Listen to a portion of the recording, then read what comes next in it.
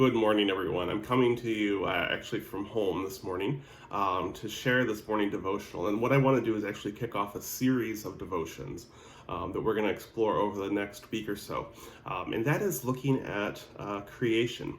In an upcoming sermon series, I'm going to be looking at prayer. And one of the things that I like to talk about with prayer is that we become co-creators with God. We come alongside God's creative energy, God's creative plan, to be a part of what we are praying for and what God is already wanting to do in our lives and in the lives of those around us. So what I want to do is spend time in the first chapter of Genesis, looking at the creation story that we find there. And so we're going to begin today with the first day of creation. Now, one of the things I want to lift up as we begin looking at this is that there are a number of ways that faithful Christians look at the creation story. Some will look at it as though it is a literal 7 days, a week of creation, with the seventh day being resting, and we'll see it in such a way. Some will look at it as though it's really a longer period of time over which all of this took place, not just 7 days, but perhaps years, centuries, whatever it may be. And then there are those who look at it as what we would call myth. Now, not myth in a negative way, but myth in the sense that this is a human way of explaining what is otherwise unexplainable, or at least unexplainable in this time. And so I'll let you decide what you ascribe to. But what I want to do is take a look at this in a little bit more of a big picture way. So taking a little bit more of a look at it in terms of not as a literal, this is how it was done, but in a bigger way. And you'll see what I mean as we go through this. So whatever way you ascribe to looking at it is fine, but I just want you to open your minds and explore this in a little different way. So here we're going to take a look at the first day, and you might imagine where this begins. So I'll go ahead and read this. This is from Genesis chapter 1, verses 1 through 5. When God began to create the heavens and the earth was without shape or form. It was dark over the deep sea, and God's wind swept over the waters. God said, "Let there be light," and so light appeared.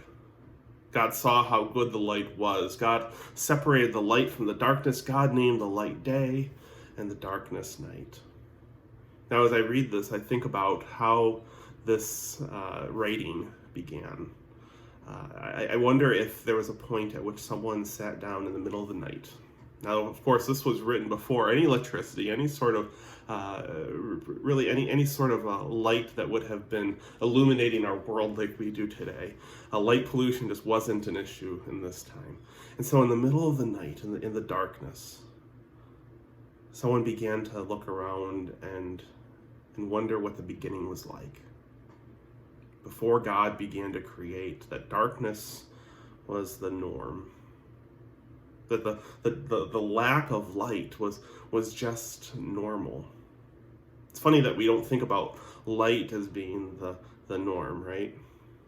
Light isn't where it began. It began in darkness.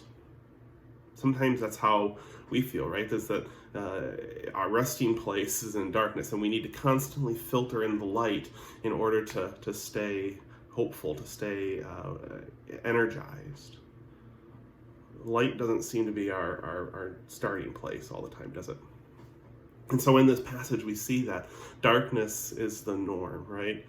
And what does God do in God's first creative act? God sweeps over the earth and brings light into the darkness. Let me read that part again. The earth was without shape or form. It was dark over the deep sea, and God's wind, right? God's wind swept over the waters. Maybe it's, in a sense, that same wind that breathes life into us. God said, "Let there be light," and so light appeared. God saw how good the light was. Light is good. God's light in the midst of the darkness is good. God brings light into the darkness. God separated the light from the dark. God named the light day and the darkness night. There was evening, and now there is morning, the first day.